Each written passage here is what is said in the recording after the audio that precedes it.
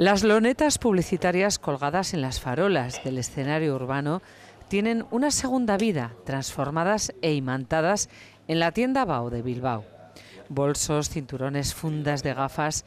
En Bao uno puede encontrar las lonetas más insospechadas reconvertidas. Este es el cartel del concierto de Elton John y con él hemos hecho estos tarjeteros. Por ejemplo, aquí tenemos, que casi podemos completar con ellos la cara de Elton John, hasta con el pelo.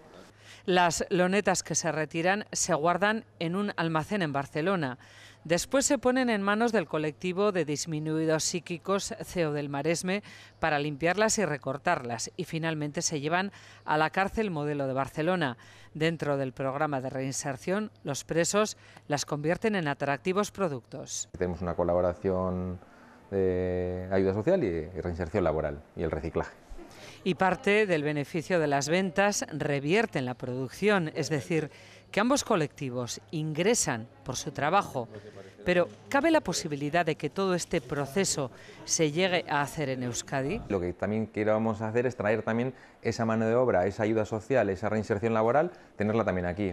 Al punto final de todo el proceso, a Bao, llegan clientes de todas las edades, aunque algunos buscan lo imposible. Es la lona del 2007 de las fiestas de no sé dónde. Y digo, no, eso sería mucho rebuscar, pero bueno, alguna vez hemos coincidido, pues algo de surf, o algo de baloncesto, o algo de fútbol.